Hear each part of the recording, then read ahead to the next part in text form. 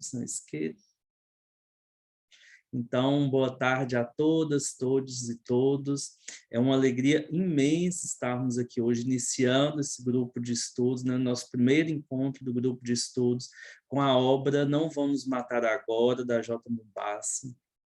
E nós temos, né, uma dupla alegria por iniciar a discussão dessa obra e por termos hoje aqui Lux Ferreira Lima, que é mestre e doutor em antropologia pela Universidade de São Paulo, com graduação em Direito e em Ciências Sociais pela mesma instituição, é pesquisador e vinculado ao coletivo de estudos interdisciplinares do corpo e do território, COX, e desenvolve pesquisas na articulação entre antropologia, estudos trans e literatura. Lux, super alegria, obrigado mais uma vez pela disponibilidade, pelo carinho, né, comigo, com o projeto, com todos nós que estamos aqui envolvidos nessa discussão do núcleo pela diversidade sexual e de gênero aqui na Unimontes, norte de Minas Gerais. Né, reforço aqui na gravação o convite, né, para que depois nós possamos nos encontrar pessoalmente também. E já passo a palavra para você, né, iniciar com as discussões, com esse debate no dia de hoje. Mais uma vez, muito obrigado. Oi, pessoal, boa tarde. Eu que agradeço muito ao Marcelo pelo convite. Traz muita alegria poder, né, mergulhar juntos nessa obra que é tão absolutamente fundamental, né, dar o start nessa conversa, que acho que mais do que acho que a Jota, assim como uma série de outras pensadoras, né, que são absolutamente fundamentais hoje para o que a gente entende como pensamento social brasileiro, assim, eu acho que ela produz muito na gente uma afetação em primeiro lugar, né, assim, e eu acho que existe uma potência nesse se afetar juntos, assim, nesse partilhar, de não ser uma coisa solitária, uma coisa, sabe, que a gente faz sozinho, mas nesse processo de afetar juntos, que inclusive permite a gente pensar em linhas de fuga, como ela mesma convida a gente a fazer, né? E aí, como nada do que a gente faz é só, eu queria também falar que grande parte das coisas que eu venho pensando, inclusive, né, a partir da Jota e a partir do pensamento negro radical, é muito influenciado por dois espaços. Um deles é o Fecundações Cruzadas, que eu convido todos a conhecerem, que é um grupo de estudos, de pesquisa, de fazer coisas, assim, que articula filosofias ameríndias e pensamento transfeminista. Inclusive, Lucas, que está aqui presente, depois eu posso colocar o link para vocês, mas Lucas, que está aqui presente, que é uma grande amiga minha, uma grande pensadora, vai defender o doutorado em breve, com Lucas e outros amigos do grupo, a gente pôde discutir, inclusive, Não Vamos Matar Agora, semestre passado, e a outra proposta que eu convido todos a conhecerem é a do COSIX, que é o Coletivo de Estudos Indisciplinares do Corpo e do Território, que o Marcelo faz parte. Nesse semestre, a gente está mergulhando assim, com bastante intensidade na coletânea Pensamento Negro Radical, que é, honestamente, um trabalho de curadoria incrível, feito por algumas intelectuais brasileiras, né, de tradução, né, como a Fernanda Souza, Stella Paterniani, etc. E uma das coisas que a gente tem feito no COSIX é um experimento de transformar textos em áudio. E um deles que a gente tem é o Vênus em Dois Atos, da Saidiya Hartman, que está disponível no Spotify. Então, como é a gente se afetar por textos de uma forma que não apenas a escrita, né? Como é fazer o texto ressoar na gente nesse processo de dividir voz e escuta. Enfim, para quem quiser participar das reuniões, para quem quiser colar junto com a gente também, né, nessa experiência de sentir junto as coisas, fica super o convite. E eu também queria só começar também, terceiro preâmbulo, mas só queria começar dizendo que grande parte das coisas que eu pensei que a gente poderia conversar hoje são aproximações, assim, são coisas que eu ainda estou tateando também, né? São coisas que andam me instigando bastante, mas que ainda está nesse processo, sabe? Quando você mergulha na água e ela tá gelada pra caramba e você faz, eita, cacete. Pois é, eu acho que eu tô nesse processo do eita, cacete, assim, ainda não tá, as coisas não estão muito sedimentadas. Então, eu queria muito convidar vocês, assim, se possível, a gente conversando ao longo da fala, sabe? Para não precisar ser uma coisa do tipo, vou aqui lhe explicar. Mas, assim, não sei, vamos conversando junto, o que vocês acham, tá bom? Eu fiz uma breve apresentação para me organizar, porque se deixar, eu fico... tem como ativar o compartilhamento de tela? Tem, eu vou aprender isso aqui agora, peraí.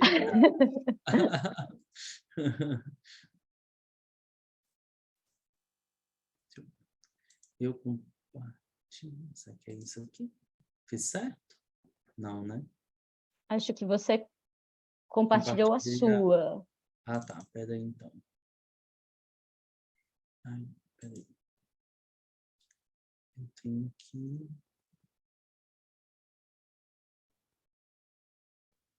Você Peraí. tem que colocar ela como host. Ela como co-host, eu acho. Ah, tá. Ah, fica mais fácil mesmo. Peraí, vai dar certo.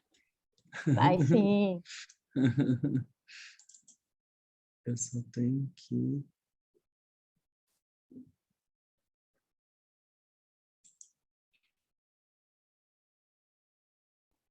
Tá. Gente, um segundo, vou ter que pedir ajuda aqui nos universitários, tá? Peraí.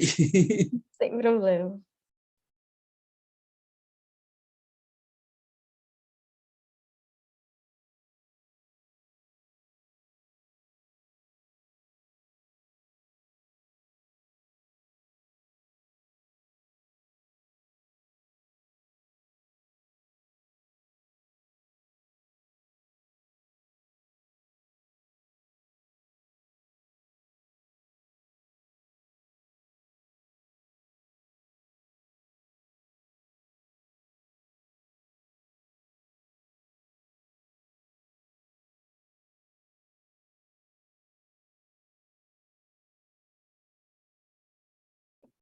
Pessoal, esse é o link da página do Instagram do Fecundações Cruzadas.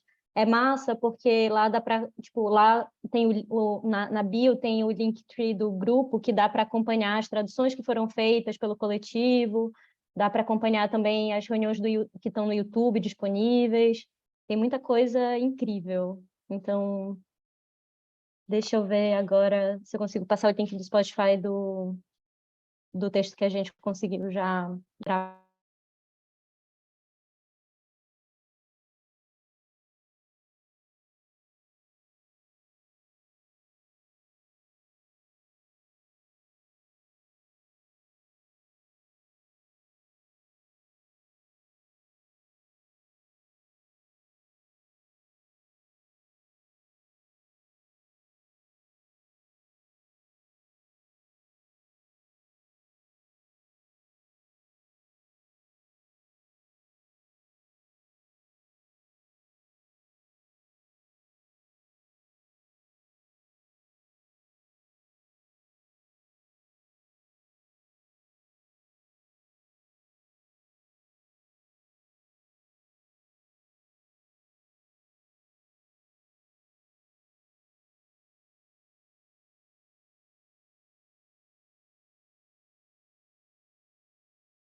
Eu te coloquei como co-host, eu acho que agora vai dar certo.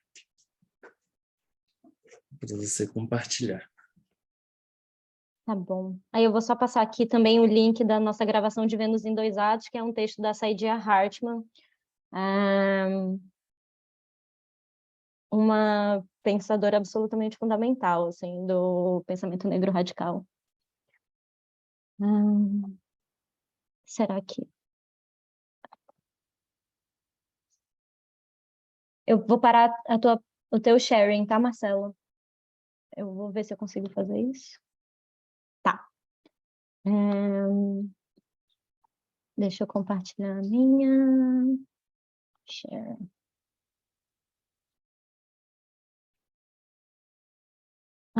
Tá todo mundo conseguindo ver? Vamos ver. Massa. Deixa eu ver se eu consigo colocar em tela cheia.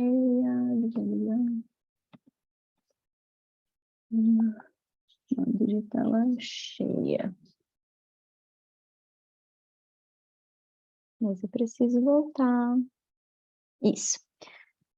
Tá bom. Bom, gente,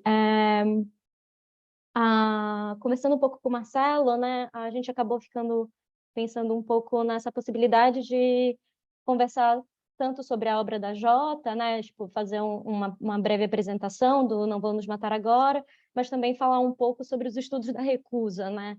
E aí, uma coisa que mais para frente eu espero que fique um pouco mais claro é essa articulação entre estudos de recusa, de fuga e negatividade, né? Que eu acho que são bastante interessantes, assim, são lentes interessantes para a gente olhar para o que a Jota e outras pensadoras transfeministas negras andam desenvolvendo, assim, com bastante potência.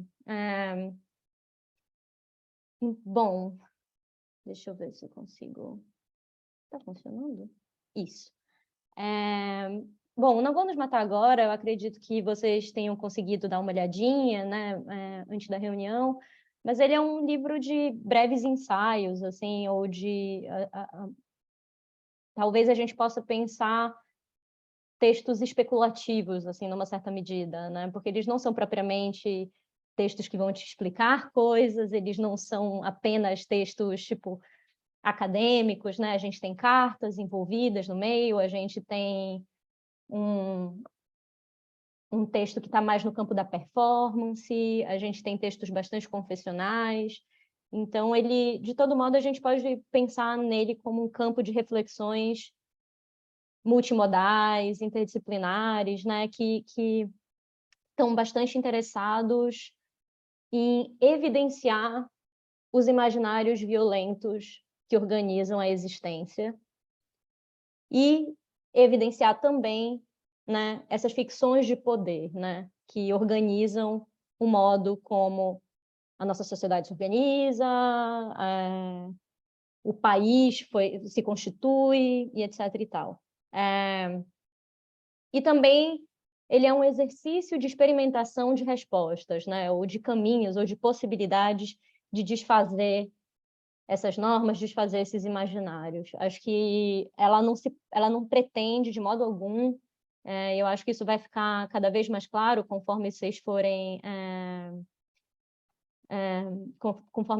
se organizando um pouquinho na leitura, eu acho que vai ficando evidente que ela não está interessada nem em explicar as coisas tintim por tintim, como a gente é ensinado que a ciência precisa funcionar, né? Como o pensamento intelectual precisa fazer. Ela se debate e ela critica justamente isso, inclusive, os sistemas de organização de pensamento, mas ela também não está interessada em dar nenhum tipo de resposta pronta, porque ela mesma vai dizer grande parte dos modos de resposta, ou grande parte dos sistemas de solução de problemas que hoje são apresentados por um certo pensamento progressista, etc. e tal, ele parte dos mesmos pressupostos do regime desigual em que ele está inserido. Então, a gente precisa desfazer as coisas antes de efetivamente pensar em outros modelos. Eu acho que é isso que ela está propondo para a gente no primeiro momento. Esse livro ele foi primeiro publicado em Portugal, em 2019, e recentemente, né, no ano passado, ele acabou saindo aqui no Brasil pela Cobogó. E, bom, quem é a Jota? A Jota Mombassa, ela se apresenta, né, como bicha não binária, multiartista, uma grande intelectual, nordestina, nasceu em Natal, e se a gente puder entender qual é, né, o aspecto medular da produção dela, né, ele tem sido principalmente essa reflexão que se dá, né, nesse limiar, ou nesse hibridismo entre a arte e outros modelos de intelectualidade que estão querendo principalmente olhar para colonialidade, para dissidência sexual e de gênero, né, para dinâmicas de violência e o modo como essas dinâmicas de violência assumem uma imensidão de formas. Então, esse é basicamente assim, o que tem sido, né, o seu enfoque, digamos. E ela, não sei se vocês chegaram, não sei o quanto que vocês já conheciam a obra dela, não sei o quanto que vocês já conheciam a Jota, mas ela é uma sensação mesmo, assim, já expôs em Manchester, já expôs em Berlim, ela está numa residência artística desde o ano passado em Amsterdã, circula super assim mesmo, né?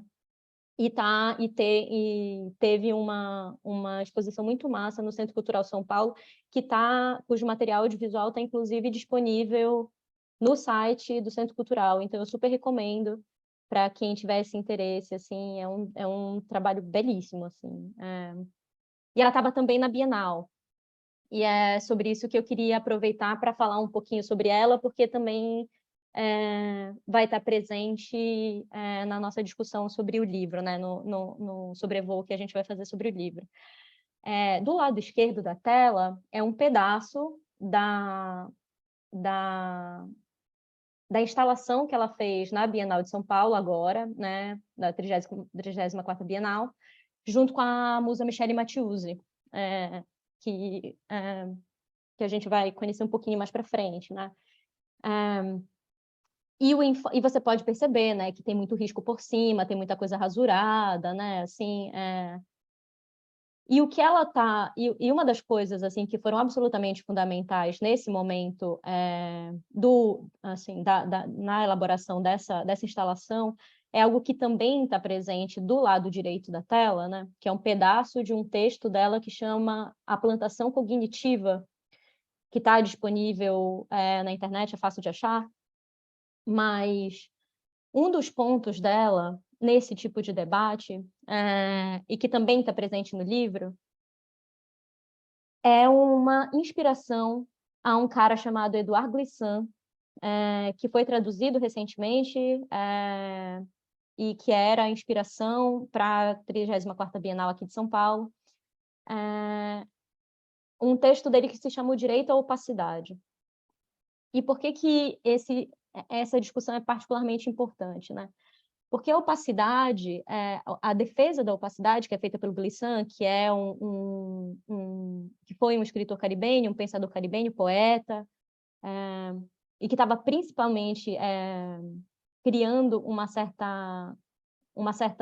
certo questionamento à colonialidade, o que ele propõe para a gente é repensar os modos como a gente apreende comunicação e inteligibilidade. Ele vai nos dizer que a expectativa da transparência, a expectativa de a comunicação acontecer de modo inteiramente claro, perfeito, etc. e tal, isso faz parte de um projeto colonial de domesticação do pensamento. E ele faz isso assim, nos mostrando principalmente a partir dos termos que a gente usa para expressar o entender, capturar, revelar, descobrir. Ele vai dizer, essas são todas metáforas coloniais que partem da ideia da captura. E quando a gente está tentando entender, quando a gente está tentando estabelecer uma comunicação, embora haja a ficção de que ela vai se dar a partir de uma base comum de entendimento, e que aí todos nós vamos conseguir, o emissor e o receptor, vai todo mundo entender exatamente o que está sendo dito, porque tem uma base comum de entendimento, ele vai nos dizer, isso apenas se dá às custas da domesticação de processos de organização de pensamento e de processos de expressão dentro da linguagem colonial. Que grande parte da lógica do tipo, isso é incompreensível, isso eu não consigo apreender, isso tá obscuro. Ele vai dizer que grande parte desses termos, eles usualmente se referem a processos de pensamento e a processos de expressão que não compartilham a linguagem colonial. Então, há uma certa violência epistêmica e uma violência comunicacional que se dá pela expectativa de que grupos que usualmente não pertencem à colonialidade caibam dentro da linguagem colonial, né? Eu não sei se isso ficou claro, se deu para entender. Ficou claro? Olha só. Ha! Capturamos, né? Capturaram, desvendaram. Mas a Jota, ela convida a gente para esse debate como uma das formas importantes da gente desfazer a violência colonial.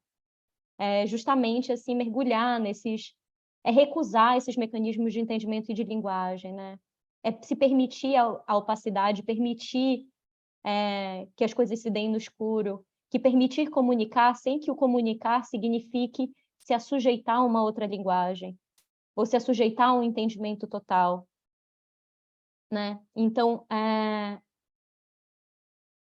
isso é muito importante para a gente entender que o processo da comunicação, ou o processo da troca de ideias, né, ele não significa conhecer inteiramente o outro lado, ou não significa se submeter a uma matriz de sentido única, né?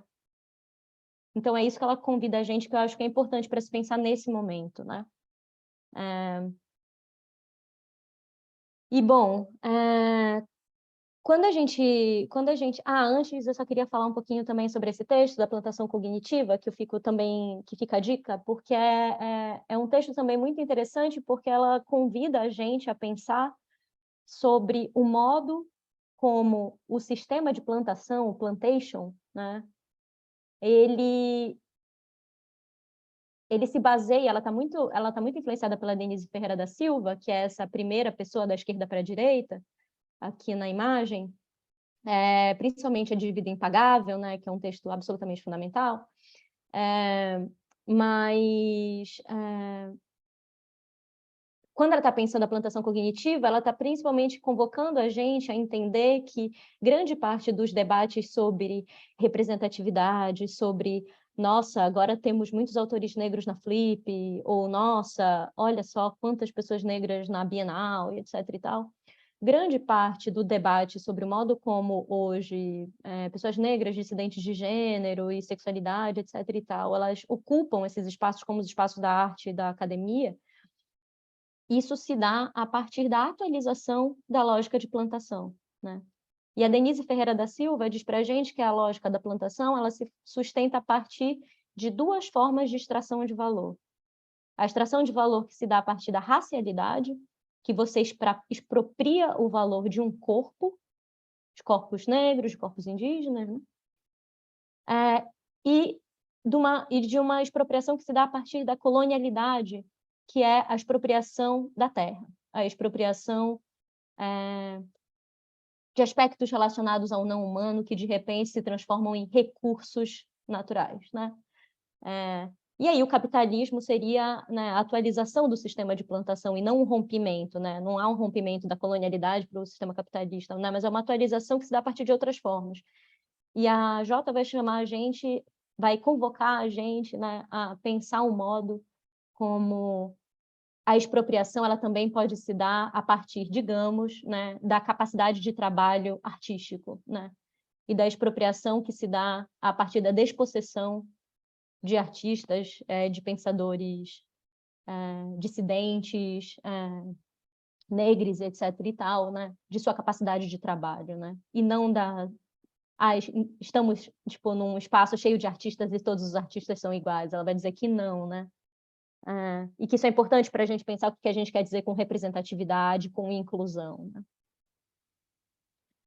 E, bom, eu queria aproveitar esse momento também para fazer uma brevíssima apresentação, né, de algumas referências para a Jota Mombassa, de pessoas com as quais ela dialoga e, né, quem tem sido marcado muito pelo legado dela, né? Acho que uma coisa que vai ficar muito clara, assim, muito difícil, olha só, uma coisa que vai ficar muito clara. Mas eu acho que uma coisa que lendo o livro, né, vai se tornar perceptível para vocês é a importância da Denise Ferreira da Silva no pensamento da Jota Mombassa, né?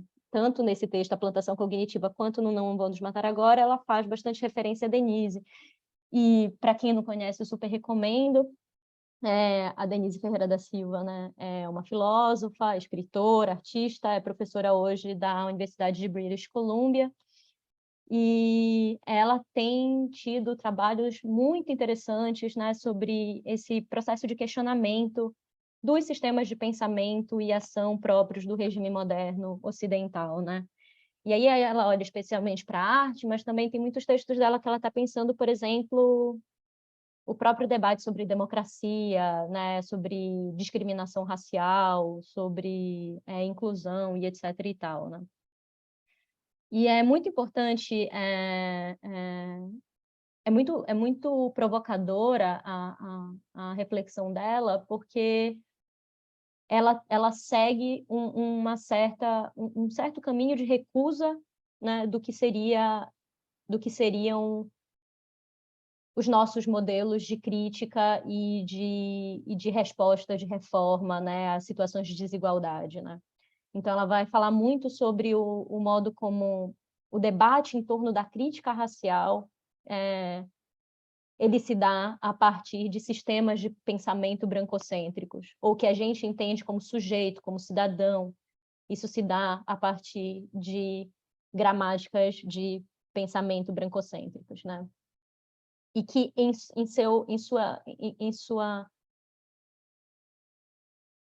nos seus fundamentos constitutivos eles não permitem a vivibilidade e a legibilidade, né, de pessoas negras.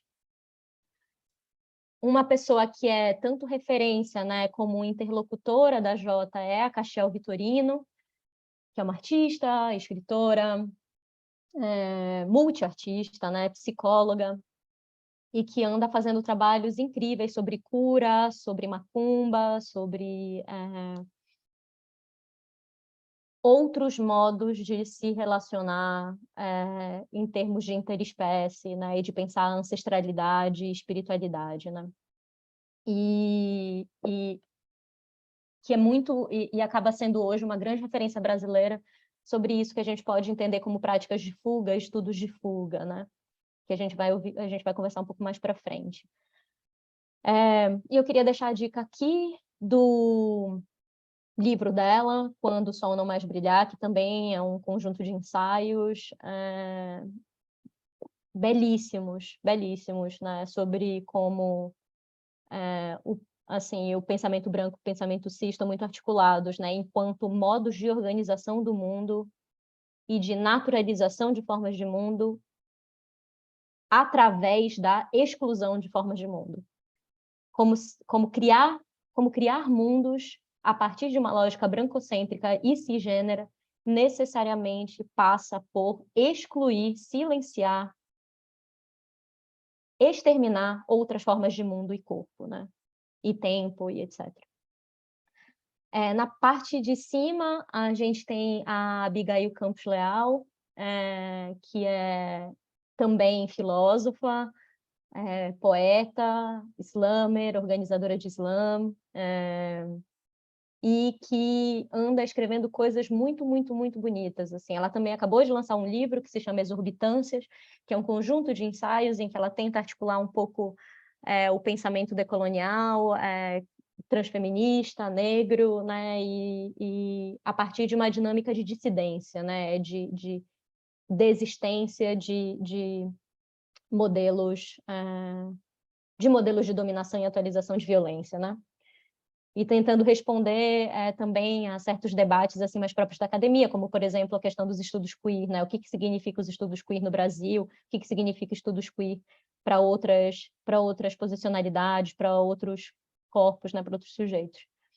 E também, para quem se interessa por arte, eu queria deixar de dica ela é uma das organizadoras de uma iniciativa muito bonita que se chama Ateliê de Futuridades Trans, que está também todo disponível online, gratuitamente, que tem sido, assim, ajuntamentos de artistas trans produzindo coisas sobre determinados temas. Então, por exemplo, sobre tempo, sobre corpo, né, sobre imaginação. e acabam sendo tipo pequenos dossiês virtuais assim sobre essas produções artísticas que se dão em multimeios assim mesmo, né? Tem coisa literária, tem foto, tem vídeo, enfim. E aí, por fim, essa imagem abaixo da Abigail é da musa Michele Mattiusi, que também é bastante referida pela J. Mombassa, é uma pessoa com quem ela trabalha com bastante recorrência. Aquela exposição da Bienal que eu estava falando sobre opacidade foi feita com a musa, e que tem um trabalho belíssimo assim, sobre o questionamento de olhares em torno de mulheres negras, né? Tentando pensar um pouco como que a gente... Aliás, ela faz isso, né? Ela não está convocando a gente, ela faz isso de tentar adensar a tensão entre imperativos associados a mulheres negras e possibilidades de existência que são aniquiladas, né? Impedidas a mulheres negras. Então, trabalhando um pouco nessa tensão entre imagens hegemônicas sobre mulheridades negras e a recusa de formas de existir possíveis, né? E aí eu deixo super a dica também para dar uma olhada, tem muita coisa dela online e são trabalhos incríveis. Tem alguma dúvida, gente, até aí? Eu queria te pedir para repetir o nome do ateliê, eu acabei não pegando aqui. Ah, claro, é Ateliê de Futuridades Trans.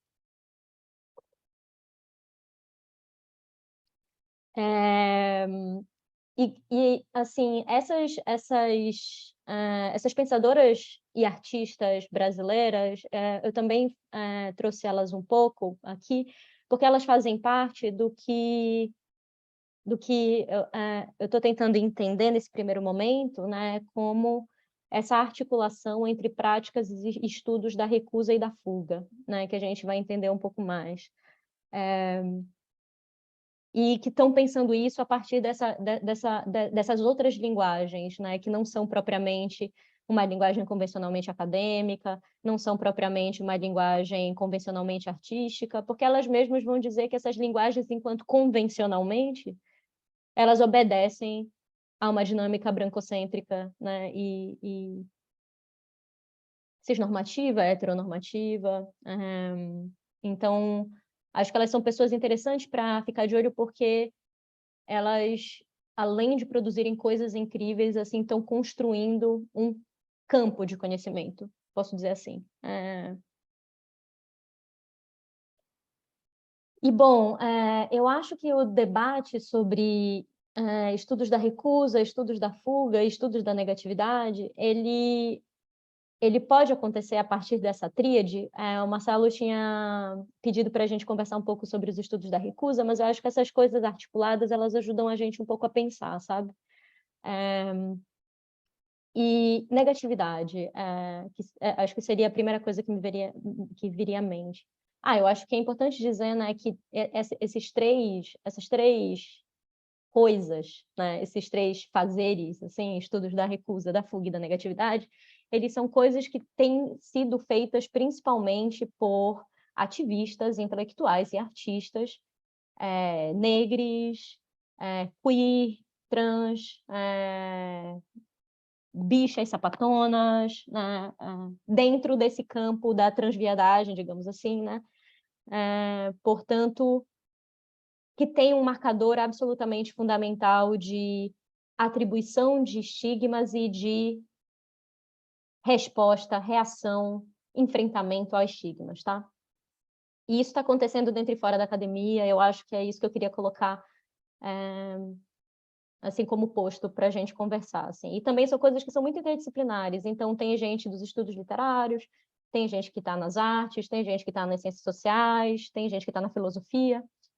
Então, só também colocar as coisas assim nos seus, assim, num certo lugarzinho para conversa.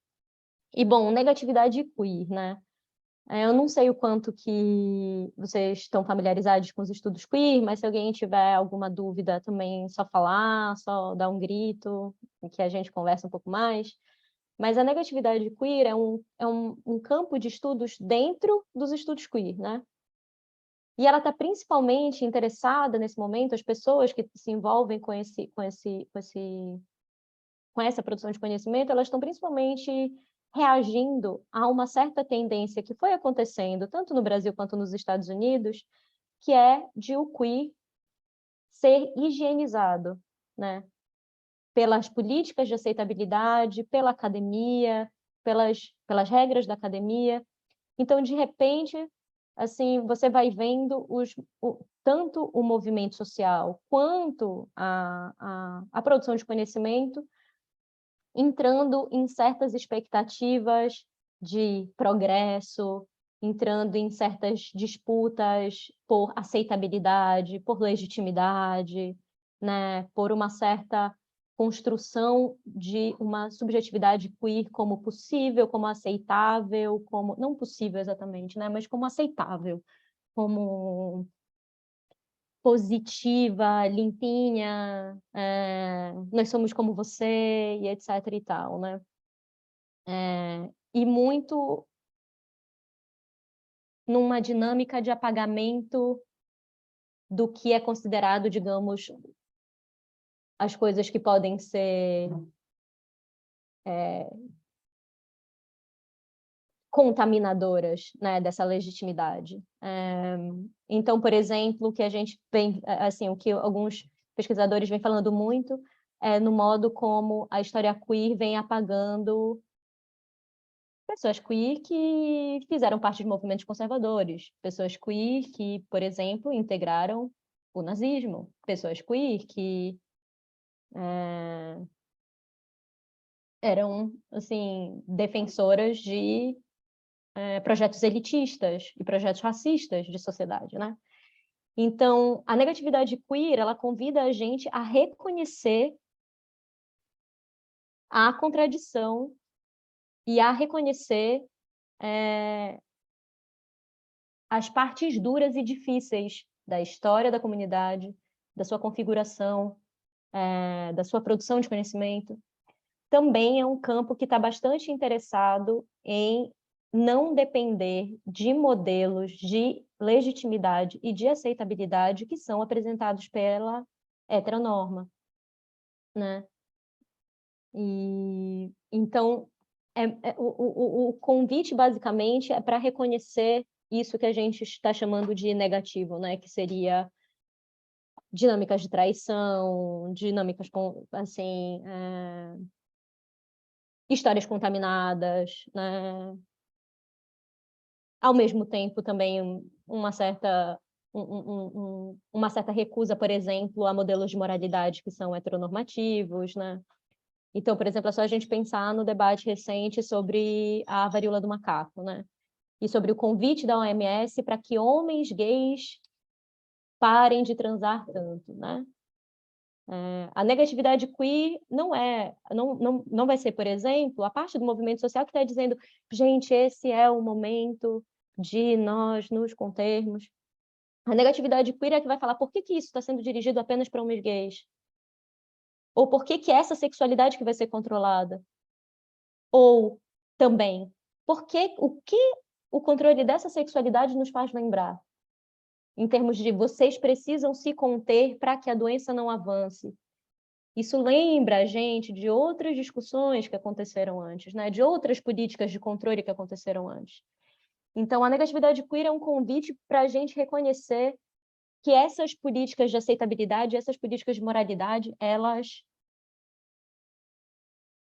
não permitem a existência de pessoas queer, E aí, algumas referências que a gente pode ter em mente, o Lee Edelman, tem um texto dele que foi traduzido pela revista da UFBA, que acho que se chama Quem vai proteger a criança queer, uma coisa assim, que eu posso olhar e passar para vocês depois, que é um texto muito interessante, embora com algumas questões.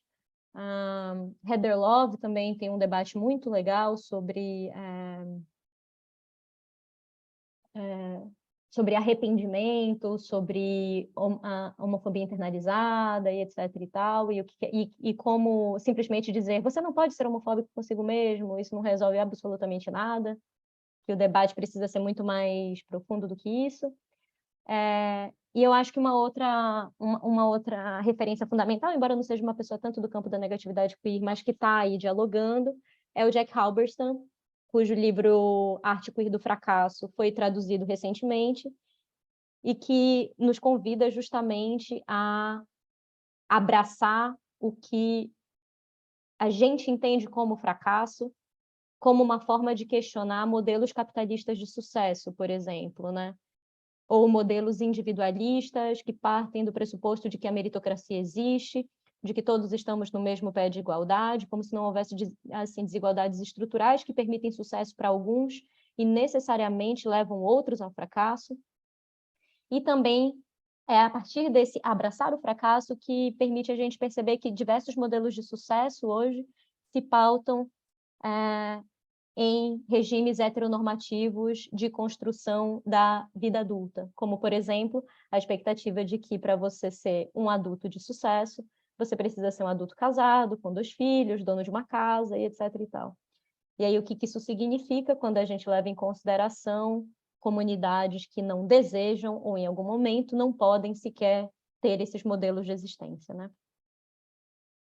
Então, acho que esse é um grande exemplo para a gente pensar negatividade, né? O que significa, né, desfazer a ficção em torno de um modelo de positividade. Esse modelo de positividade que é, no caso do Halberstam, né, o sucesso, né, a maturidade e etc e tal. Mas uma crítica que tem sido feita a esse modelo, a esse campo, né, que é o campo da negatividade queer, é que ele acabou sendo cooptado pela academia, a linguagem acabou sendo bastante elitista, né? As pessoas usam muito essa lógica de que tipo, não precisamos caber dentro desse modelo, por exemplo, de política, nesse modelo de cidadania, mas que isso acabou fazendo com que diversos ativistas, etc. e tal, se permitissem ser não tão comprometidos politicamente, né? Então o pau estava comendo e ninguém estava fazendo nada, então, mas estavam escrevendo sobre negatividade como se fosse simplesmente, né, o sexo dos anjos, etc. E também uma linguagem hermética de que adianta você falar um monte de coisa super massa e interessante para pensar se ninguém consegue entender, né? Se está nessa linguagem acadêmica que é inacessível para absolutamente 80% da população. Né? Deu para entender? Negatividade queer? Massa. Sim. Tem uma crítica à própria forma como os estudos queer vieram para o Brasil também, né, Lux? Assim, que já foi via academia e numa pegada também elitista, assim, né, de certa forma. Tanto que aquelas propostas de ressignificar, né, a própria, ou abrasileirar a própria expressão queer, né, o queer, né, e outras tentativas de trazer essa discussão para mais perto, talvez, né? Das pessoas, tirar do campo acadêmico apenas. Não que depois não tenha tomado, né, outras proporções, mas a maneira, né, como chega ao Brasil passa muito pela academia, por esses estudos, e beira essa ideia de um elitismo também, né? Não, desculpa, gente, aproveitei para comer um amendoim.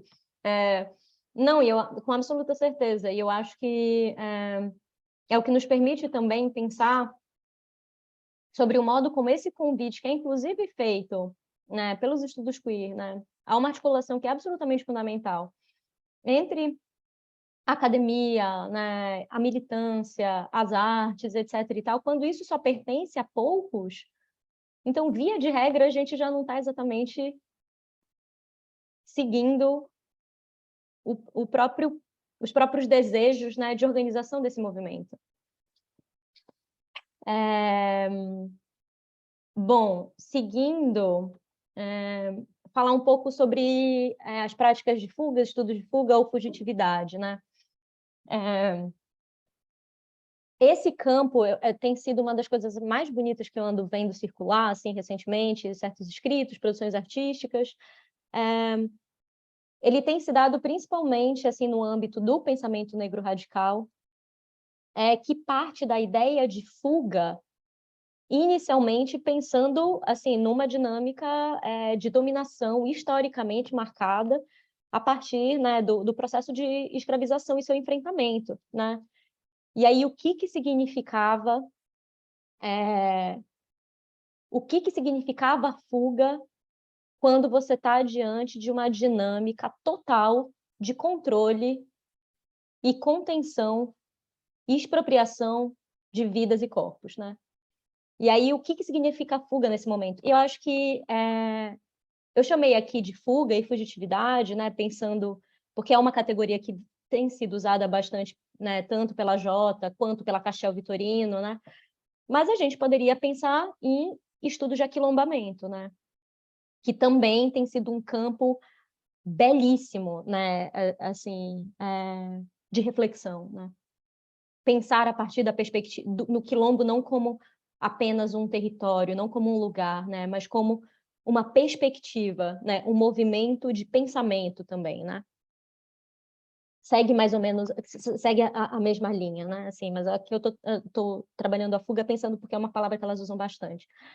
Mas fuga aqui, né? Pensando principalmente a fuga como uma objeção a uma forma de organização da diferença, da liberdade e da democracia que se dá a partir de uma perspectiva branca, né? Brancocêntrica. Que é a ideia de que a princesa Isabel veio e libertou todo mundo, né? Que é a ideia de que, de repente, um documento decidiu que todas as pessoas negras seriam livres e aí elas são livres, né? O debate sobre as práticas, os estudos da fuga, eles convidam a gente a entender a ficção de poder que está por trás desse modelo liberal de liberdade, né? Desse padrão de justiça e desse padrão de cidadania que, na sua origem e na sua atualização, ele continua sendo desumanizador, né? E que, portanto, a fuga é uma objeção possível porque ela desfaz. Porque, primeiro, ela reconhece que essa dinâmica é uma dinâmica sistemática e histórica de contenção forçada e de violência, que ela não reconhece que a gente está falando de vidas humanas, né? Que ela transforma sujeitos em coisas fungíveis, descartáveis. Não importa o estatuto de reconhecimento de liberdade jurídica, é só a gente pensar no assim, o genocídio da população negra, né, e etc. e tal, né?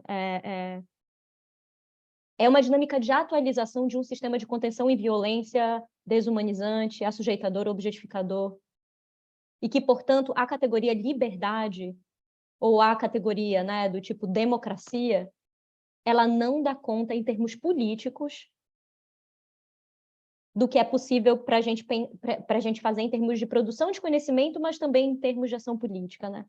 E aí a fuga é o que permite a oposição, né? Porque você recusa, você reconhece que não há uma posição de sujeito possível para determinados sujeitos e corpos aqui, né? Para determinadas vidas e corpos. A ideia de cidadão, a ideia de sujeito livre é uma ficção que não se atualiza, que não se concretiza, e que, portanto, a fuga é o que permite uma outra existência.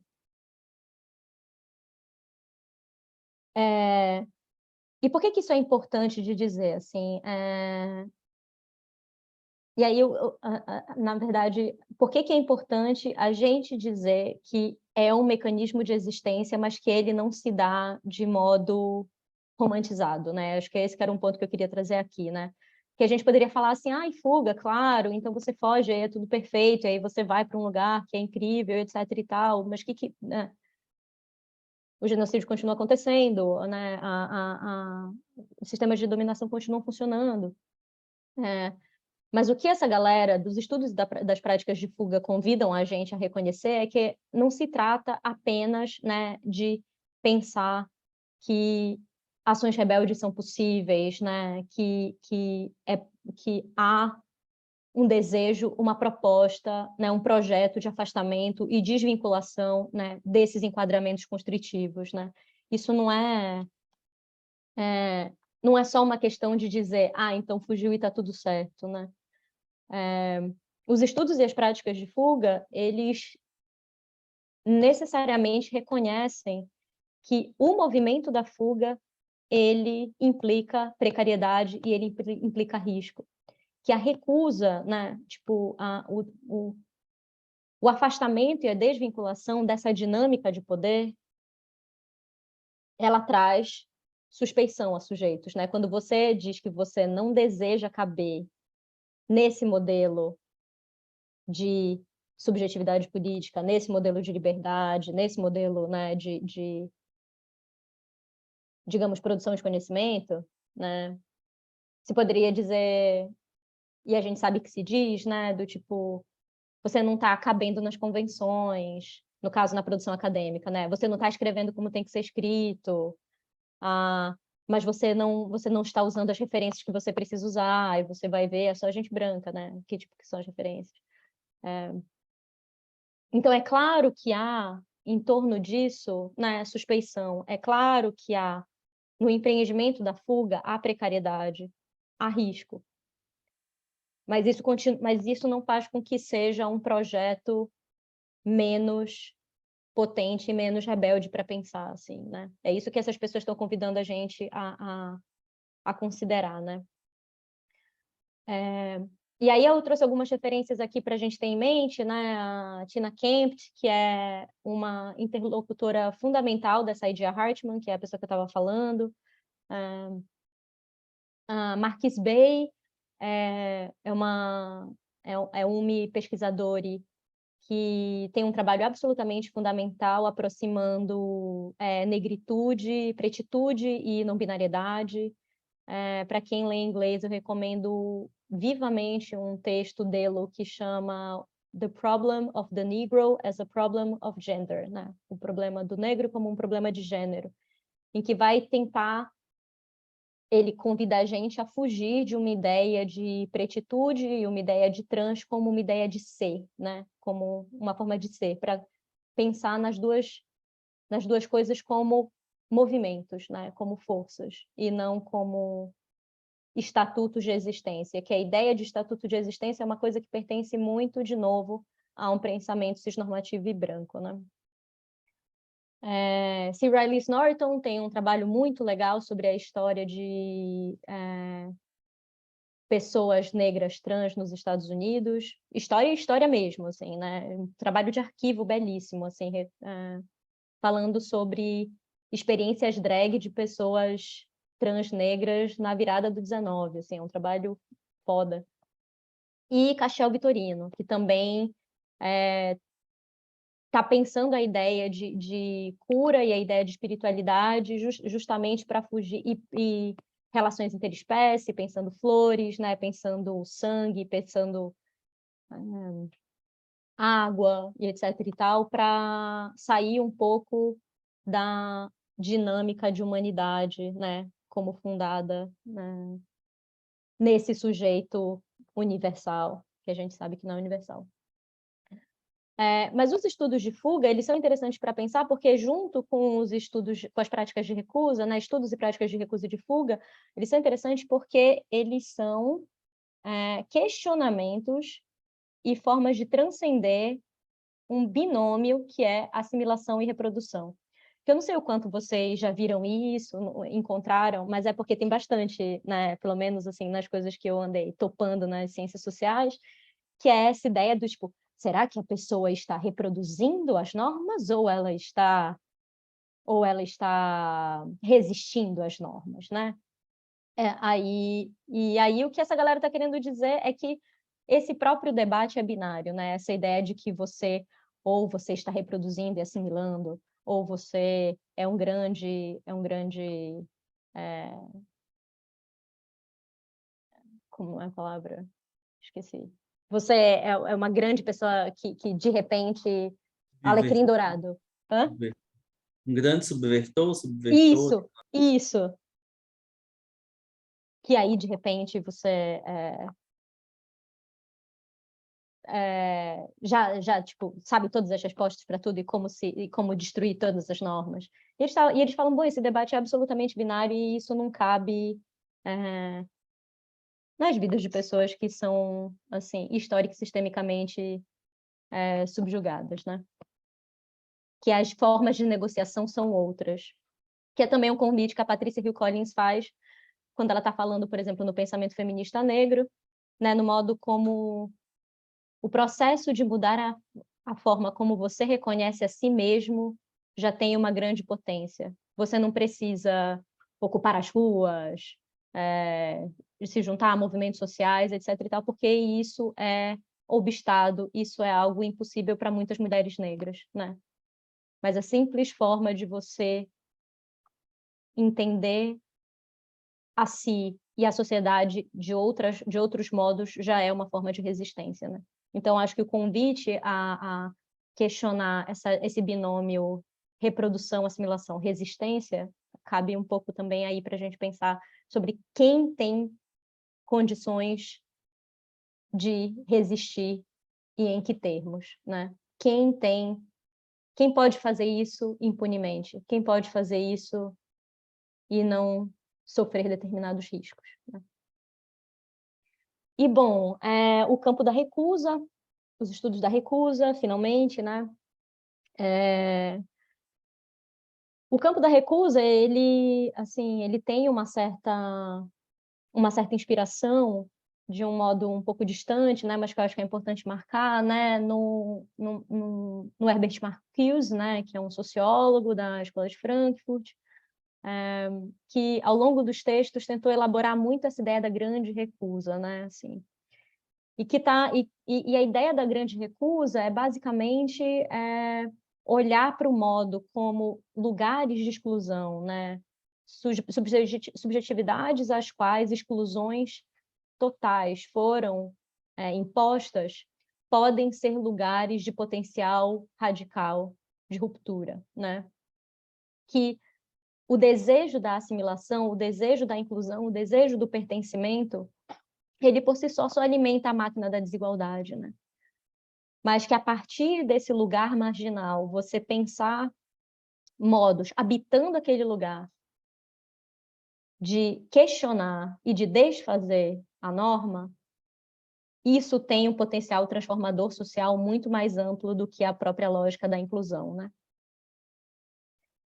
E aí, o que eu acho que é muito massa para a gente pensar o campo e as práticas da recusa e que as pessoas estão fazendo nesse campo, né? Assim, é o modo como há um processo de nomeação, né? De reconhecimento de que a dinâmica do mundo ela se dá a partir de uma série de regras.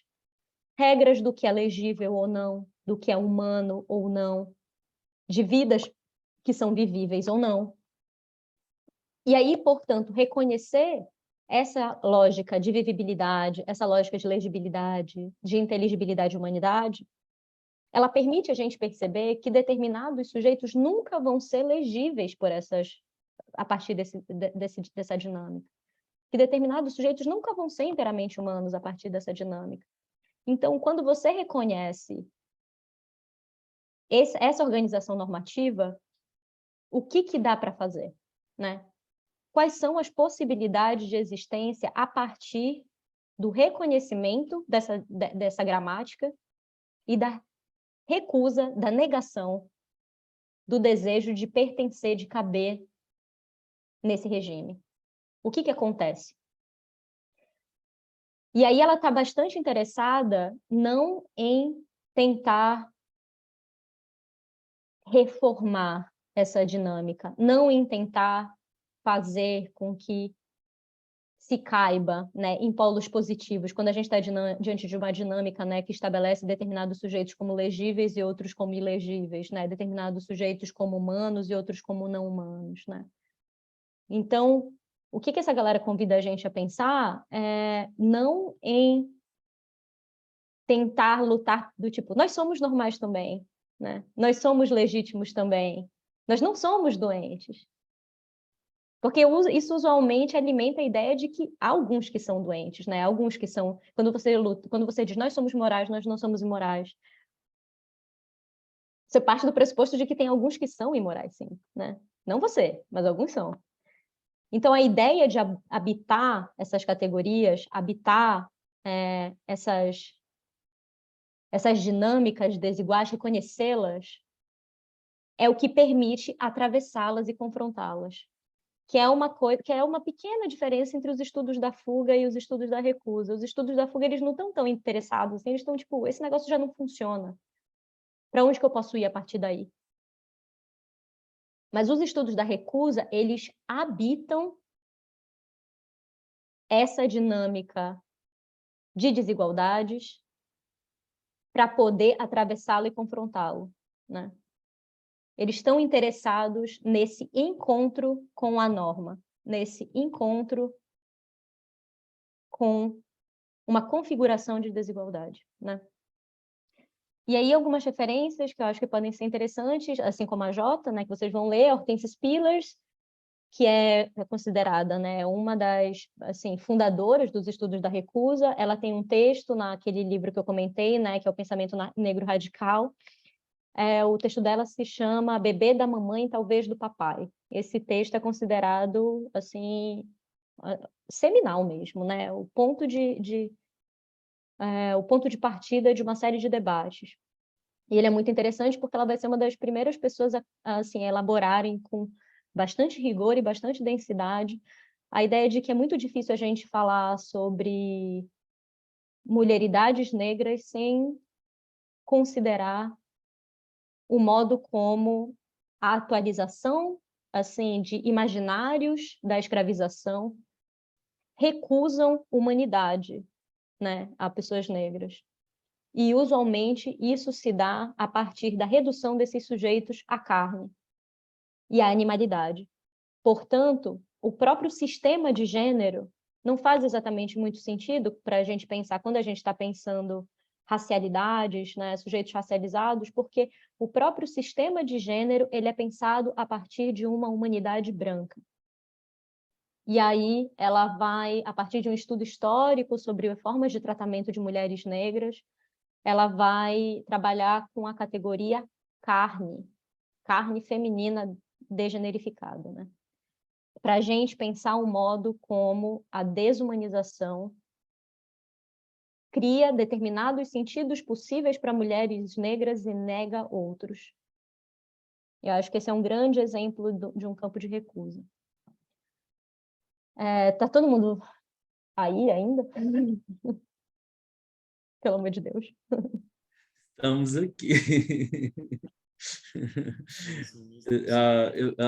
Minha cabeça fez assim. De vários insights aqui, depois não vou ter que conversar muito. Não, pelo amor de Deus, se quiserem falar alguma coisa, pode falar. Pelo amor de Deus. Alguém tem alguma dúvida? Ou ficou alguma coisa... ficou alguma coisa não muito clara? Você quer falar? Não? Clara de novo, você vê? Oh, meu Deus. Eu acho que é muito inquietador mesmo, assim, né? Nos provoca, principalmente, né, do ponto de vista das pesquisas, do nosso olhar, né? Por quanto a gente muitas vezes reproduz, né, tudo isso sem nos questionarmos, assim, do que eu já, desde as nossas conversas anteriores, né, do que eu já vinha lido sobre o estudo da recusa, é muito interessante, assim, né, me toca num lugar de falar, nossa, né, então é isso, né, então qual era esse caminho, né, que eu estava trilhando e tal, e te ouvir falar reafirma muito isso, assim, tá, não, tá ótimo. Fico feliz. E aí, qualquer coisa, só gritarem, gente, pelo amor de Deus.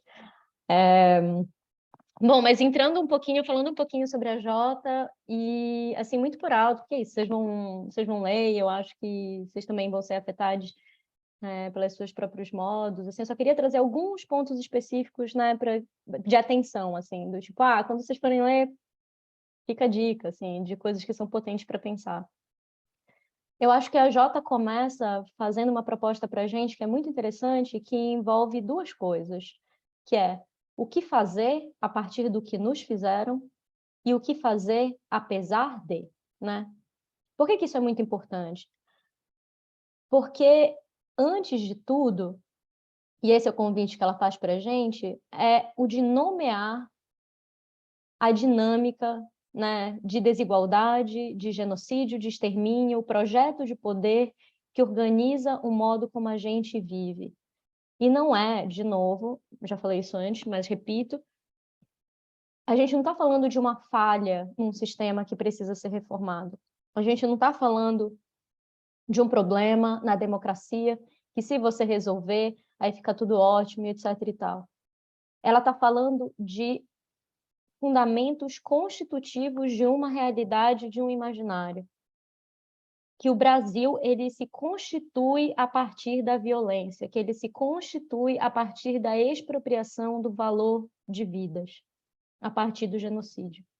E aí não é uma questão de... Aí a princesa Isabel assinou, né? Ou, agora temos uma lei que torna a homofobia, não pode.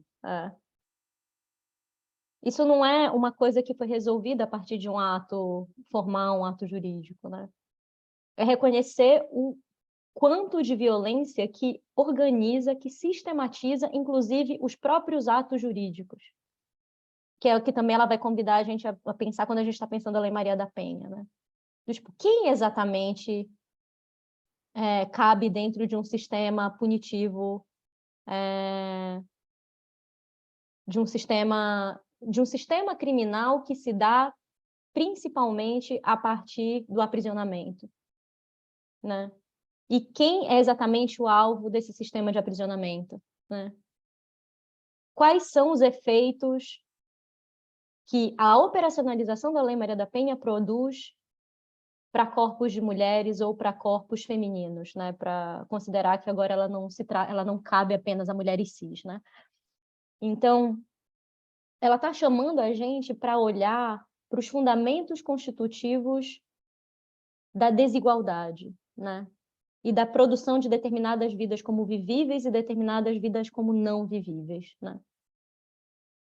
E aí o que a gente faz a partir daí, a partir dessa nomeação, a partir desse reconhecimento? Mas também isso não é só um exercício reflexivo, eu acho que isso vai ficar, vocês lendo, assim, vai dando para perceber, né? Que ela nos chama também para o que fazer apesar de. Porque esses projetos de poder, esses projetos que instituem determinadas vidas como vivíveis, determinadas vidas como legítimas, eles são também projetos que se pautam no extermínio de outras vidas, né? Que se pautam no apagamento de outras histórias, que se pautam necessariamente para a segurança de alguns, a aniquilação de outros, né? Para que determinadas coisas sejam consideradas naturais e normais, outras precisam ser consideradas anormais, né? E esse é um convite que ela faz para a gente. O que você faz nesse apesar de tentarem nos matar, apesar de nos aniquilarem, o que dá para fazer a partir daí, né? E aproveitando para falar sobre, né, apagamentos e histórias, eu queria também deixar uma dica do Projeto Querino, que é um podcast que está sendo desenvolvido recentemente pelo pessoal da Rádio Novelo e etc e tal, que reconta a história do Brasil a partir de uma perspectiva afrocentrada. Tem sido incrível, assim, é um exercício é isso, é um apesar de. O que você faz apesar do silenciamento e apesar do apagamento do protagonismo negro na história brasileira, né? E, bom, eu acho que também vai dar para perceber, né, que ela está nessa articulação entre a fuga e a recusa, mas principalmente ela se pauta principalmente nas práticas da recusa, né? Mas eu queria ter falado um pouco sobre as práticas e estudos de fuga, porque eu acho que vai dar para perceber também, né, como ela também está bastante interessada nas linhas de fuga, né? Assim, no que pode ser feito como prática rebelde de outridade, né? Não só ficar, né, nesse processo de enfrentamento, né, mas também quais são outros modelos que podem ser imagináveis de existência.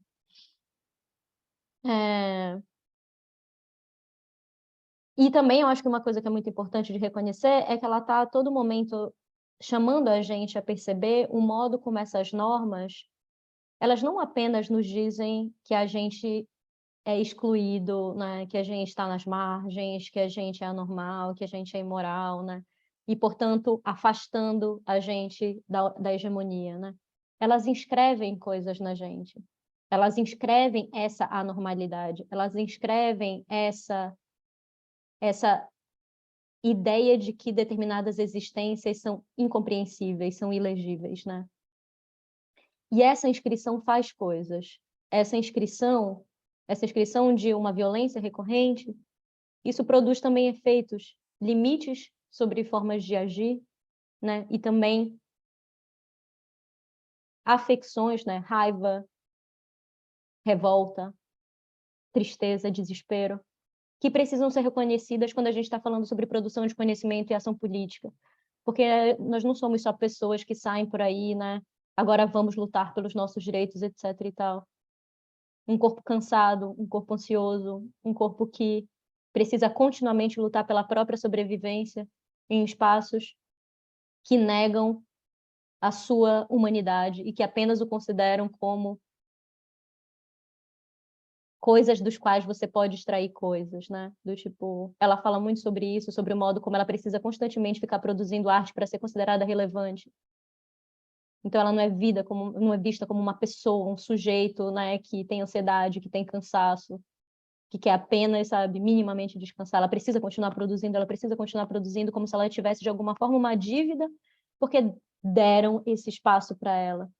Porque brancos cis héteros deram o espaço das artes para ela. Então ela precisa pagar essa dívida. E ela fala como que o legado da branquitude cis hétero é justamente a dívida que eles têm conosco e eles produzem na gente a ideia que nós é que devemos, né? Isso é muito bonito para pensar assim, o modo como a luta, essa produção de conhecimento, esse livro que ela escreveu, as artes que ela produz, isso não se faz como se fosse um sujeito qualquer no mundo. Isso se dá a partir de uma série de feridas que marcam uma trajetória. E essa inscrição é o que produz a potência do que ela tem para dizer, mas é também mostra o quanto que está em jogo e o quanto que demanda para produzir esse tipo de coisa. Eu também acho que já deu para entender um... Alô? Oi, é o Zeca. É rapidinho, sem querer cortar, né, mas já cortando. Imagina, vamos Mas aí. é porque esse ponto que você tocou, né, de diversos, estou igual o Marcelo aqui, anotando, assim, a cabeça fritando. A minha garganta tá horrível. Eu estava tentando escrever, mas acho que não vai dar certo. Deixa eu tentar falar. É porque eu também estou, né, nessa pegada de tentar entender um pouco desses corpos dissidentes, né, aqui no Médio São Francisco. E, assim, eu tenho tido uma série de embates mesmo, acho que por conta da novidade do tema, ou, né, talvez o tema não se vincula mesmo ao programa, enfim, uma série de questões. Mas aí, quando você fala essa questão, né, dessa escrita a partir, né, desses afetos, né, que realmente não é qualquer escrita, e aí é mais uma partida mesmo, no sentido de que quando eu me propus a estudar, né, os afetos e atravessamentos da criança viada, eu fui convidado mesmo não, isso aí você tem que levar para terapia. Isso aí é análise, isso aí não é um projeto de pesquisa. Eu fiquei simplesmente desolado, falei, meu Deus, o que é que eu faço? E é muito disso, assim. E aí, no caso, depois dessa partilha, é mais porque assim, que eu não conhecia os estudos, né, da fuga, não conhecia mesmo essa pegada. E aí, o que você poderia contribuir no sentido de pensar o espaço? Que eu li, estou lendo, né, devagarzinho a sua tese, no sentido da corpografia, né, toda essa pegada, assim, e eu vejo muito isso atrelado ao urbano, né, de pensar esses corpos dissidentes num espaço que é urbano. E aí eu fico pensando, e aí, tentei, né, vou me debruçar sobre, mas eu queria tentar entender como que a gente poderia pensar essa discussão vinculada a um espaço específico, né? Porque a vontade, tipo assim, de pegar essa apresentação e já incorporar mesmo, assim, e já, isso mesmo, cara, isso mesmo que me afeta. Mas, assim, de como fazer isso vinculado ao espaço. Aqui, para nós, essa questão, né, aqui em Montes Claros, né, no programa, né, onde a gente está vinculado, essa questão da territorialidade, dessas identidades que emergem a partir desse espaço, é muito importante, né? E eu fico, né, perdido em saber como conciliar isso, fazer essas concessões, e às vezes eu fico assim, igual, né, quando você trabalha à vontade de pegar e já fazer uma forçação de barra, assim, e replicar, né? Mas não é isso que é ciência. Assim. Não sei se eu me fiz, né, compreendido, mas é nesse sentido de pensar o espaço, né, o território que esses corpos estão inseridos para a gente poder tentar avançar, incorporar, né? Tentar produzir também nessa pegada, sabe? Não sei se deu para entender. Não, deu super. Eu acho que eu queria começar com o negócio da levar para terapia e etc e tal. Eu não sei se vocês conhecem, mas tem uma antropóloga muito massa do Zimbábue chamada Anne McClintock, que tem um livro, é um catatauzão, assim, que chama Cor Imperial, mas, meu Deus do céu, aquele livro parece Salmos. Eu não sei se é porque eu sou coroinha, mas sabe quando você abre o livro, assim, parece que vem uma grande verdade na sua cabeça, assim, não importa a página, você só abre, aí vem, assim, aí você fica, uau! E ela fala muito sobre a relação entre psicanálise e ciências sociais, né? E ela fala as duas coisas não podem ser desarticuladas, sabe? O pensamento social ele não pode ser uma coisa, assim, não são campos estanques de coisas, né? A escrita, assim, e como que a gente faz uma escrita politicamente importante, até assim, intelectualmente, né? Assim, mas também politicamente importante, se não é uma escrita engajada, se não é uma escrita implicada, se não é uma escrita que reconhece todos os modos pelos quais nós nos tornamos quem nós somos hoje. Assim, porque honestamente não fazer isso, você achar que você pode se despir do seu gênero, da sua orientação sexual, da sua cor, da sua trajetória, de todos os limites e de todas as oportunidades que fizeram quem você é, você achar que você pode se despir disso como se você estivesse entrando num laboratório e colocando um jaleco, tirando sua roupa, colocando um jaleco, isso não é só politicamente desinteressante para a gente, mas é também intelectualmente desonesto, porque a gente não está falando a partir de um olhar imparcial, assim, né? Um olho que tudo vê, quase panóptico, né? Do tipo, ai, que está olhando tudo, mas não tem corpo, não tem cor, não tem nada, né? A gente lê as coisas a partir da lente da nossa trajetória. Como que você não vai falar sobre, sabe, sobre o que ter sido uma criança viada significa, né? Se ela marca profundamente o teu olhar, os teus interesses, quem você é, o que você deseja, né? E eu acho que não, assim, sim, pode ser coisa de terapia também, mas por que uma coisa pertence a um lugar e não pertence a outro? Por que não pertence aos dois? Juntos, inclusive, às vezes, inclusive, usar a psicanálise para entender o seu campo, usar teoria psicanalítica, que tem muita coisa legal para entender uma determinada dinâmica social. Em relação ao negócio o comentário sobre território, tem um trabalho fundamental que eu queria muito deixar de dica, eu não lembro o título da dissertação, mas o nome dela é Amanda Amparo, e ela defendeu no Departamento de Antropologia da USP um trabalho muito bonito sobre a Cracolândia, para pensar sobre racialidade e território, né? E eu acho que ele é um exemplo muito interessante de um trabalho muito rigoroso sobre fuga e território, sobre aquilombamento e território, porque ela está bastante interessada em entender o espaço do fluxo da Cracolândia como um espaço de quilombo, como um espaço que reorganiza, que cria, aliás, que não que reorganiza, porque ele não está interessado nisso, né? Mas ele funciona a partir de outras dinâmicas que não uma dinâmica brancocêntrica de subjetividade, de dignidade, de organização de poder e etc. e tal. Isso não significa, assim como os estudos da fuga não estão interessados em romantizar a fuga e não reconhecer a precariedade, ela de modo algum está romantizando a violência, né, e as diversas precariedades que estão envolvidas no abuso de substâncias na Cracolândia, né? É isso que ela está querendo dizer. Só queria deixar isso bem, assim, direto entre nós, assim, tá? Mas o que ela está mostrando para a gente é que é possível que espaços funcionem a partir de outros mecanismos. E esse mecanismo, no caso, se dá no fluxo da Cracolândia, ela vai dizer. E é por isso que é tão interessante para diversos governos municipais desfazer aquele espaço.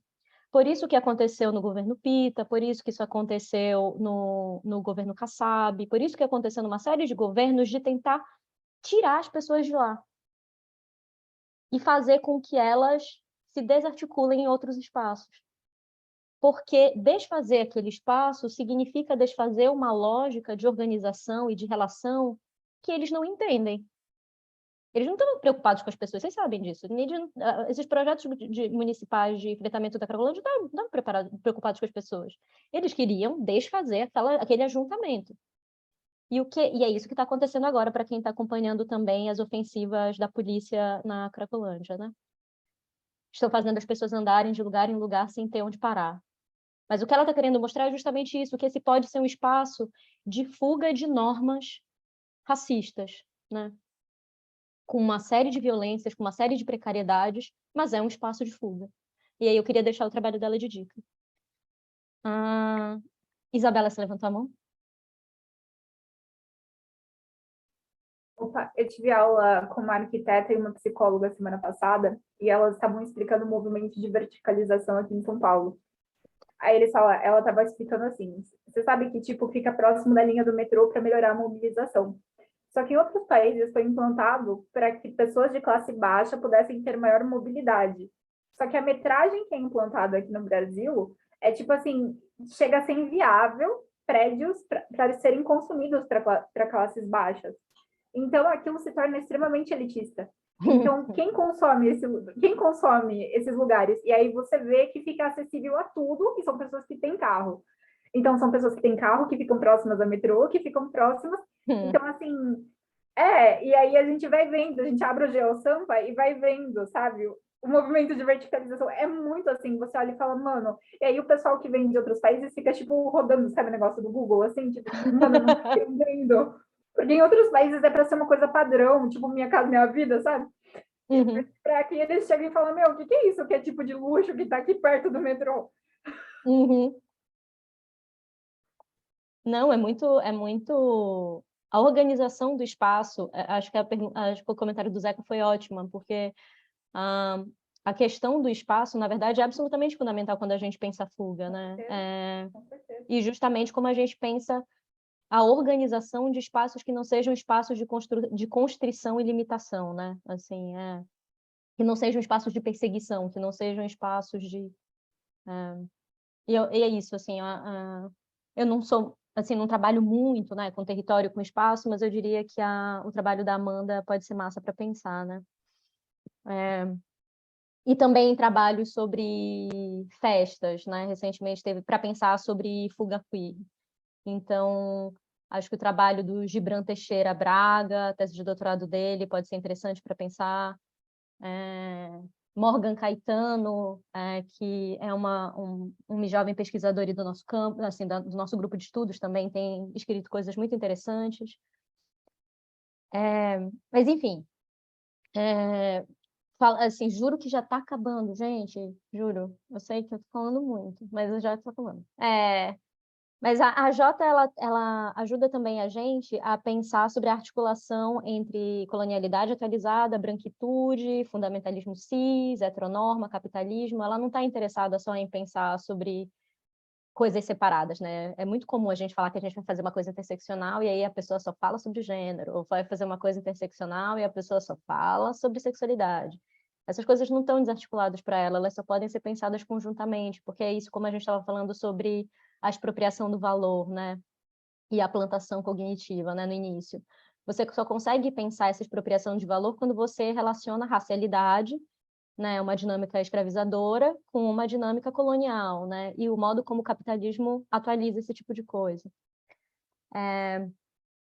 E eu acho que o que também é interessante que ela propõe para a gente é que ela mostra a todo momento nos ensaios dela que ela não está tentando caber dentro das categorias que são consideradas positivas de acordo com a nossa configuração de imaginação. Então, ela não está querendo provar para ninguém que ela é um ser humano íntegro, que ela é um indivíduo autônomo e perfeito, que ela quer mais visibilidade, que ela quer inclusão, que ela quer paz. essas categorias não fazem sentido para ela porque elas partem de pressupostos de dominação, de pressupostos de assimetria.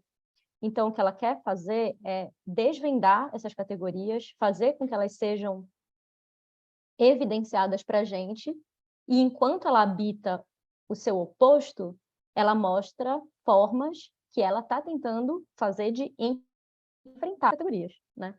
Então, por exemplo... voltou para o início? Ah, tá. Então, por exemplo, não faz sentido para ela pensar integridade se a gente está diante de um sistema histórico e socialmente recorrente de produção de feridas, né? De fragmentação e de extermínio de vidas. Então, ela fala, eu não tenho como dizer que eu sou uma pessoa íntegra, porque eu sou uma pessoa que habita um corpo ferido pelo racismo, um corpo ferido pela heteronorma, pela cisgeneridade. Então, não faz sentido falar dessa integridade. Também não faz sentido pensar numa coletividade que se dá a partir de uma série de indivíduos íntegros, porque todas as pessoas com as quais eu me alio são pessoas que foram feridas de algum modo por esse sistema desigual. E que são pessoas que, em aliança, em coalizão, estão tentando desfazer esse sistema, né? Ela também não está falando que a gente precisa pensar em cura como autocuidado, em pensar em cura como assistência ao outro. Ela chama a gente a perceber que num sistema no qual a gente vive, em que a guerra se dá contra determinados corpos e a revelia deles, ninguém disse que paz era uma opção para determinados sujeitos, eles são constantemente perseguidos. Então, nessa dinâmica, o autocuidado, a cura como cuidado, como assistência e etc e tal, isso pode ser muito massa, mas isso não resolve muitos problemas. Então, ela convida a gente a pensar cura como autodefesa, como participar da luta de modo a proteger as pessoas que a gente ama, de modo a proteger pessoas como nós. E aí, cura, nesse momento, para ela, vira crueldade, vira violência. Para mim, é curador eu conseguir salvar uma irmã de uma situação de extermínio. É segurar na mão dela quando a gente está fugindo da polícia. Inclusão.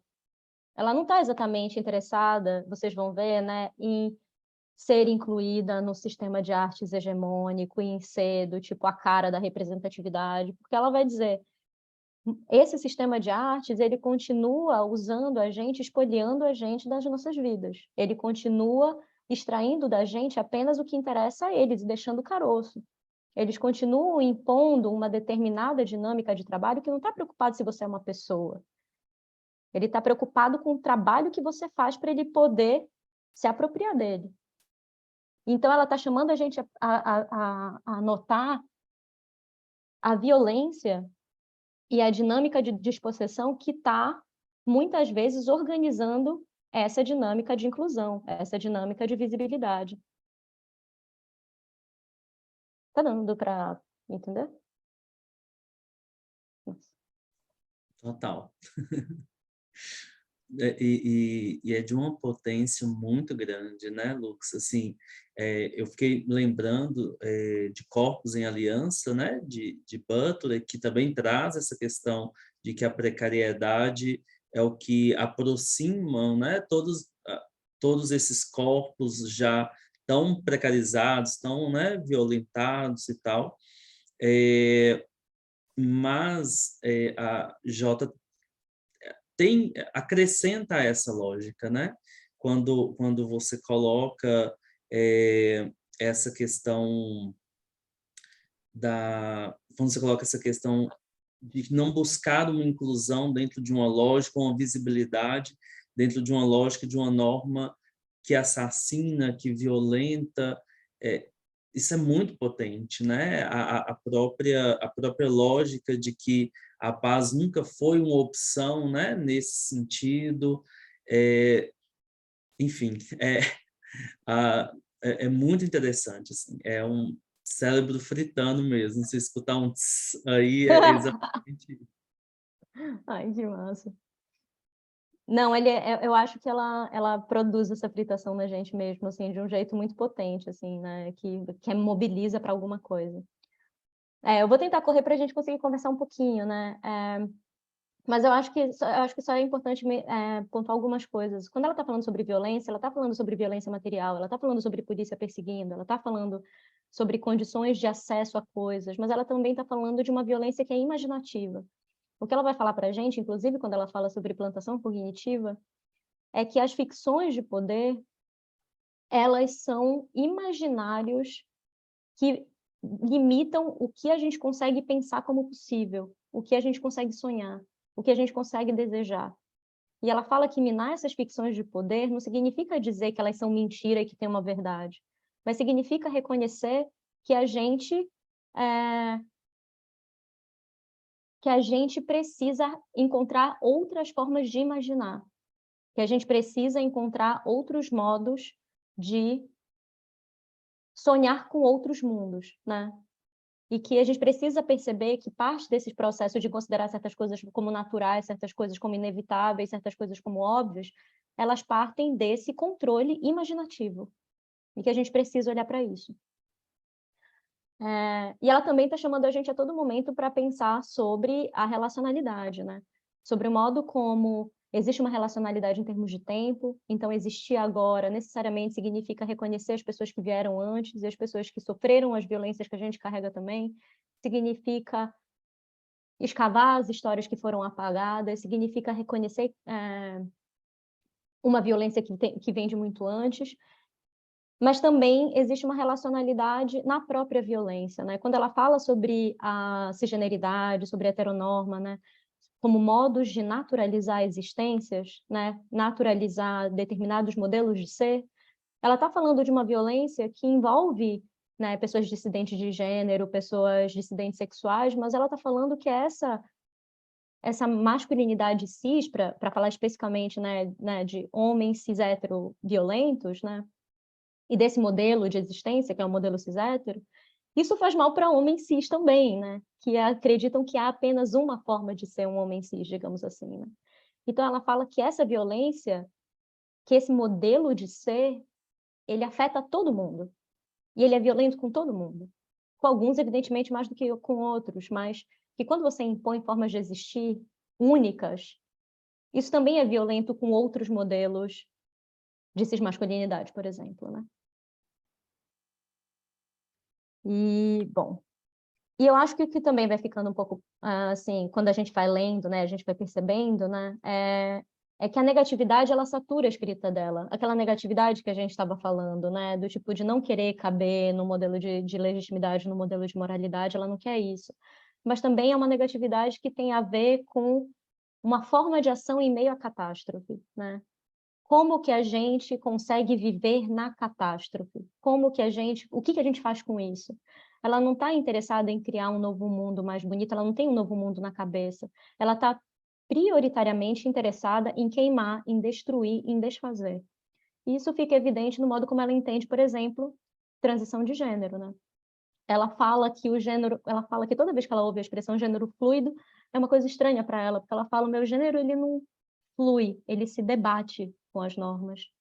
Ela fala, a minha transição de gênero não é porque eu tenho um corpo sonhado. A minha transição de gênero é porque eu quero desfazer a cismasculinidade que inscreveram em mim.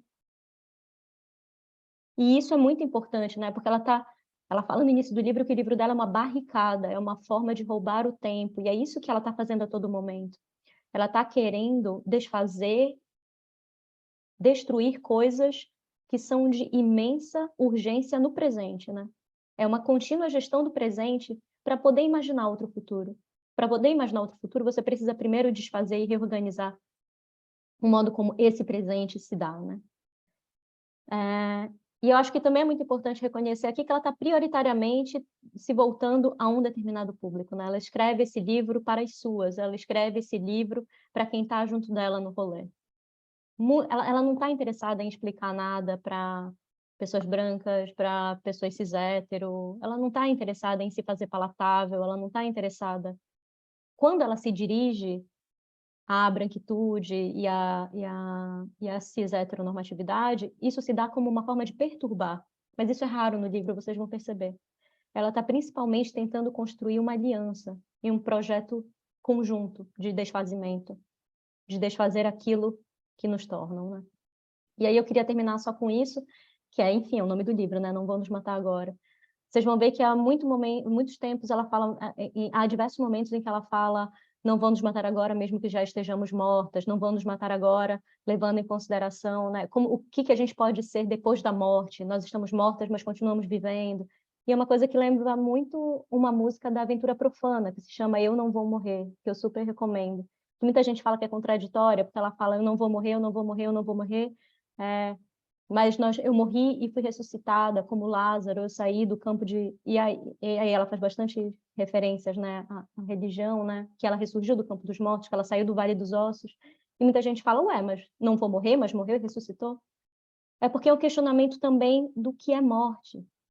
Porque se o seu corpo carrega outras mortes e outras vidas que vieram antes, se você só vive porque você vive junto, porque uma vida sozinha seria impossível para um corpo que é alvo, e se, portanto, você só vive com as suas, em comunidade com as suas, então a morte também não é uma coisa só, né? Então, o desfazimento, a aniquilação de uma pessoa pode fazer com que ela não exista, mas produz luto, produz juntidade, produz revolta conjunta. Você pode ser desfeita, você pode achar que não há mais vida social, né? Mas no momento em que você se conecta com outros, a vida faz sentido de novo. E eu acho que é essa contínua torção do que a gente tem de como vida e morte é belíssimo. E eu queria que fosse algo para levar, sabe, ao longo da leitura. Porque não se trata mais de uma coisa individual, não se trata mais de um evento que ou você vive ou você morre. Vira outra coisa quando isso é pensado conjuntamente, quando isso é pensado em termos de ancestralidade, quando isso é pensado em termos de história, quando isso é pensado em termos de militância, movimento social, articulação para sobreviver, porque você não sobrevive só para você sobrevive para outros, né? E junto de outros. E era um pouco isso, gente. Ai, ai. Que maravilha, viu, Lux? Fico muito feliz. Mais uma vez, quero te agradecer muito, muito, muito. A gente ainda, né, tem um tempo assim para perguntas, para falas. Tem alguns comentários no chat que eu quero, né, depois compartilhar aqui um pouquinho com você.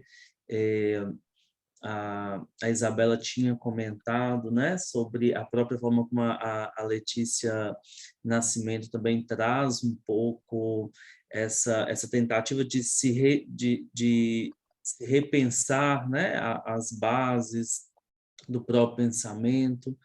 E Giovana coloca, né, que ela tem pensado muito nessa analogia da inclusão sobre tomar um lugar à mesa da heterossexualidade, mas que é interessante primeiro pensar sobre como, né, também se sentar a essa mesa, depois sobre como construir uma mesa para nós, né? Agora como se fosse pensar também sobre por que queremos sentar a essa mesa da heterossexualidade, e talvez existam outras formas de sentar e comungar que não a mesa, né? Não só a mesa. E gostei demais assim, também da provocação, da colocação. Isabela depois comentou, né? Citou também o Terra Sonâmbulo da Mia Couto. E é isso, aí fica aberto também a palavra, né? Para quem quiser perguntar, falar, fazer uma consideração. Eu quero reforçar esse agradecimento, assim, por todas as provocações, né? Pela fritação total aqui. E o quanto né, o debate, a conversa, que eu espero que seja a primeira de muitas, já contribuiu assim para o que eu tenho pesquisado, lido, para me atentar para uma série de coisas que eu, né, ainda não tinha pensado. Assim. Então, obrigado pelo afeto, obrigado pelo cuidado, pelo carinho, né? E venha nos visitar, venha aqui para o calor norte mineiro. Vai ser um prazer te receber. esse rolê vai acontecer. Ai, sim. Ô, gente, eu que agradeço. Eu queria pedir desculpas pelo tanto que eu falei. Eu organizei muito mal o meu tempo. Vocês me desculpam. Eu ia falar 40 minutos. Mas, enfim, estamos vivos. Então, vou encerrar a gravação aqui e aí também a gente fica à vontade para poder conversar mais um pouquinho. Só um minuto.